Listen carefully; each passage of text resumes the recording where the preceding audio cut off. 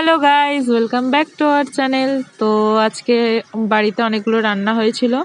Mainly আজ Sunday ছিল, বা আমার দুজনেই বাড়িতে ছিল। তো মা অনেক পদ রান্না করেছিল। মা তাই বলছিল যে দেখা ওগুলো সবাইকে যে আমি আজকে কি কি রান্না করেছি।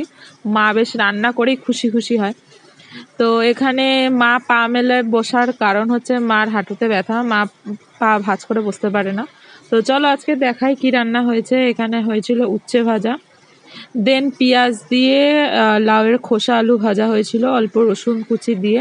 এটা আমার খুব ফেভারিট লাগে, আর যেহেতু রসুনের পরিমাণটা থাকে তাই।